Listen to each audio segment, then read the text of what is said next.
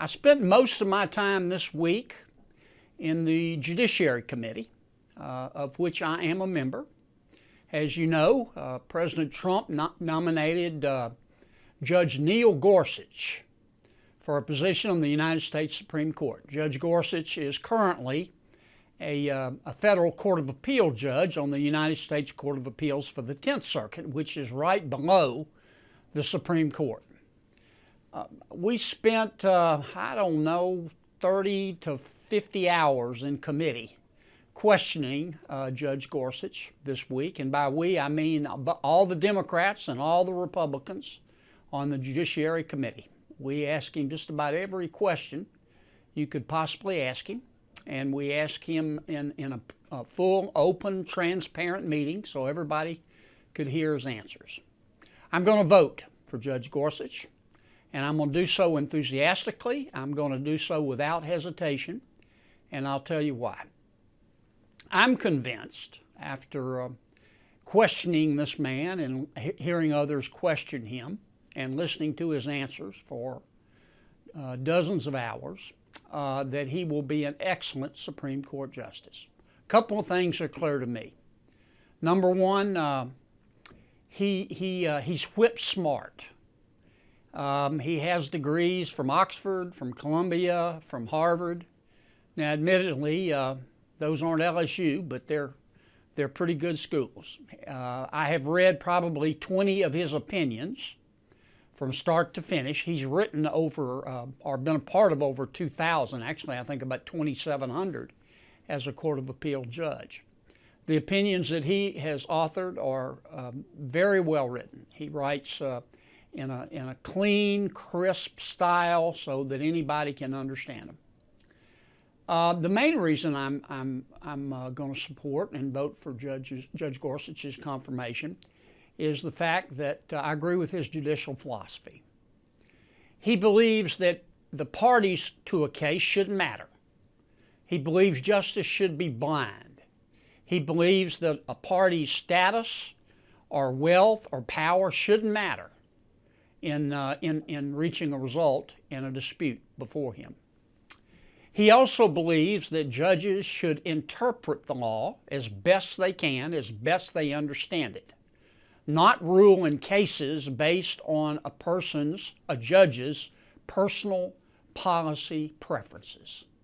In other words, he believes that our founders established 3 branches of government for a reason, to be a check on each of the other, so that none of them can bully the other, and no branch of government, of the federal government anyway, can bully the American people. And he defines the branches this way. Judges interpret the law. Their lane is to interpret the law. Congress makes the law. The president and the administrative agencies under the president execute the law. And Judge Gorsuch simply believes that everybody ought to stay in their lane. And that's what I think the United States Constitution provides for.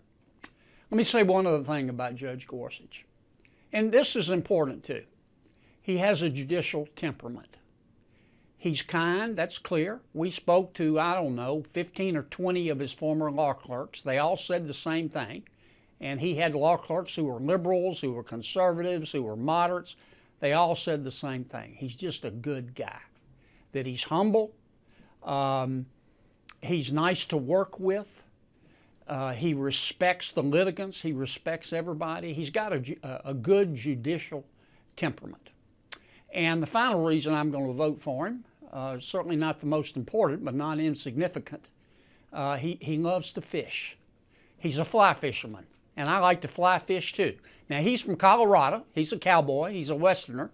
He likes to fly fish for trout. But I'm going to get him down to Louisiana and show him how to fly fish for bass and for redfish. And I have a prediction to make. Once he catches a bass or a redfish on a 3-weight fly rod, he'll never go back to trout.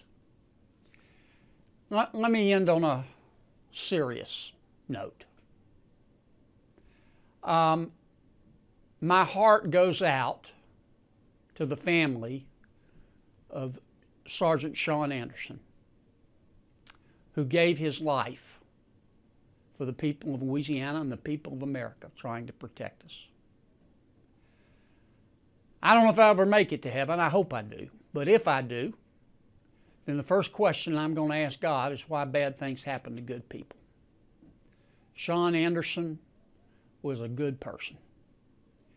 And a very, very bad thing, the worst thing that could possibly happen, happened to him and happened to all of us, but especially happened to his family.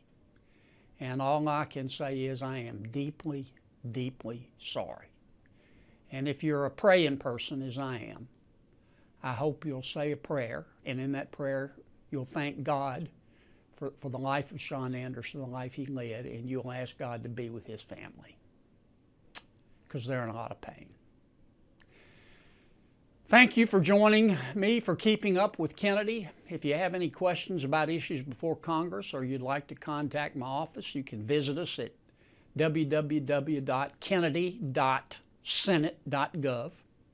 As I've said before, I'm so grateful and honored to have the opportunity to serve you in the United States Senate. And I won't let you down. God bless all of you, and God bless Sergeant Anderson and his family.